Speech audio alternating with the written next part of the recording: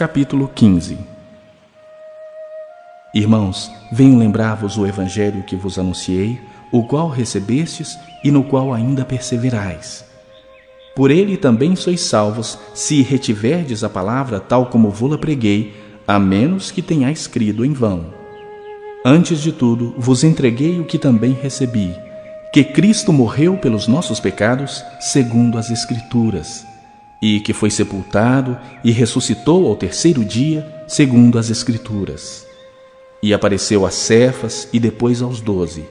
Depois foi visto por mais de 500 irmãos de uma só vez, dos quais a maioria sobrevive até agora, porém alguns já dormem. Depois foi visto por Tiago, mais tarde por todos os apóstolos, e afinal, depois de todos, foi visto também por mim, como por um nascido fora do tempo. Porque eu sou o menor dos apóstolos, que mesmo não sou digno de ser chamado apóstolo, pois persegui a igreja de Deus. Mas pela graça de Deus sou o que sou, e a sua graça que me foi concedida não se tornou vã. Antes trabalhei muito mais do que todos eles, todavia não eu, mas a graça de Deus comigo. Portanto, seja eu ou sejam eles, assim pregamos e assim crestes. Ora, se é corrente pregar-se que Cristo ressuscitou dentre os mortos, como, pois, afirmam alguns dentre vós que não há ressurreição de mortos? E se não há ressurreição de mortos, então Cristo não ressuscitou. E se Cristo não ressuscitou, é vã a nossa pregação e vã a vossa fé. E somos tidos por falsas testemunhas de Deus, porque temos asseverado contra Deus que Ele ressuscitou a Cristo, ao qual Ele não ressuscitou, se é certo que os mortos não ressuscitam. Porque se os mortos não ressuscitam, também Cristo não ressuscitou. E se Cristo não ressuscitou, é vã a vossa fé e ainda permaneceis nos vossos pecados. E ainda mais, os que dormiram em Cristo pereceram. Se a nossa esperança em Cristo se limita apenas a esta vida, somos os mais infelizes de todos os homens. Mas, de fato, Cristo ressuscitou dentre os mortos, sendo Ele as primícias dos que dormem.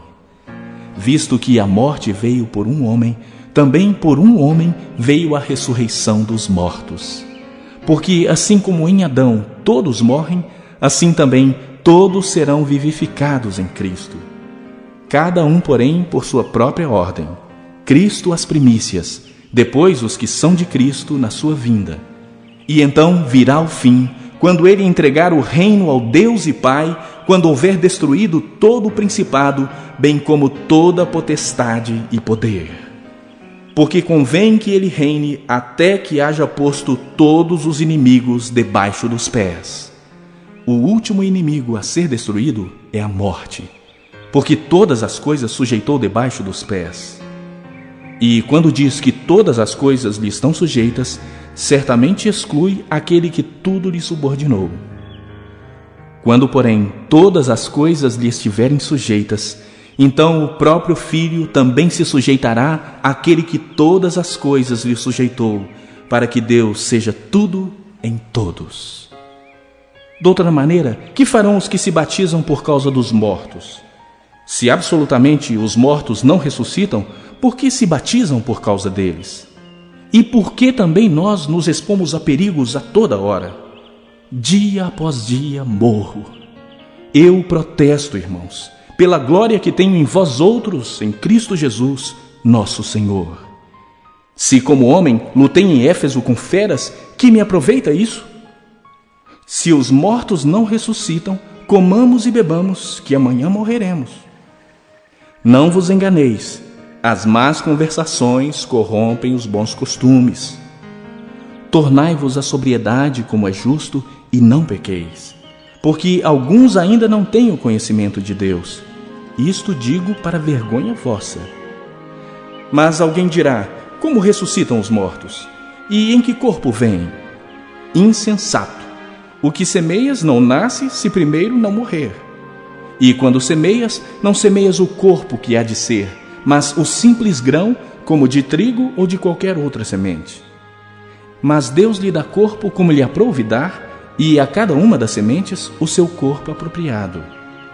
Nem toda carne é a mesma, porém, uma é a carne dos homens, outra a dos animais, outra a das aves e outra a dos peixes.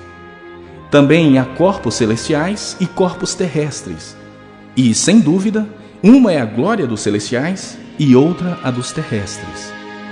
Uma é a glória do sol, outra a glória da lua e outra a das estrelas, porque até entre estrela e estrela há diferenças de esplendor.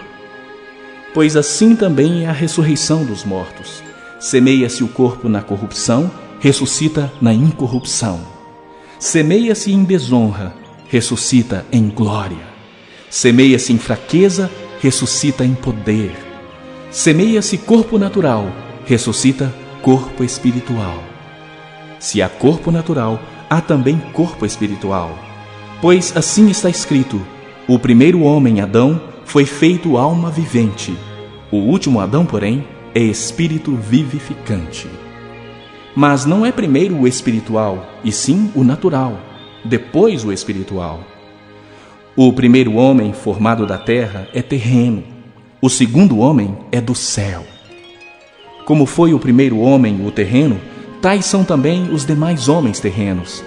E como é o homem celestial, tais também os celestiais. E assim como trouxemos a imagem do que é terreno, devemos trazer também a imagem do celestial. Isto afirmo, irmãos, que a carne e o sangue não podem herdar o reino de Deus, nem a corrupção herdar a incorrupção. Eis que vos digo um mistério: nem todos dormiremos, mas transformados seremos todos, num momento, num abrir e fechar de olhos, ao ressoar da última trombeta. A trombeta soará, os mortos ressuscitarão incorruptíveis e nós seremos transformados. Porque é necessário que este corpo corruptível se revista da incorruptibilidade e que o corpo mortal se revista da imortalidade. E quando este corpo corruptível se revestir de incorruptibilidade e o que é mortal se revestir de imortalidade, então se cumprirá a palavra que está escrita: tragada foi a morte pela vitória. Onde está, ó morte, a tua vitória? Onde está, ó morte, o teu aguilhão? O aguilhão da morte é o pecado, e a força do pecado é a lei. Graças a Deus que nos dá a vitória por intermédio de nosso Senhor Jesus Cristo.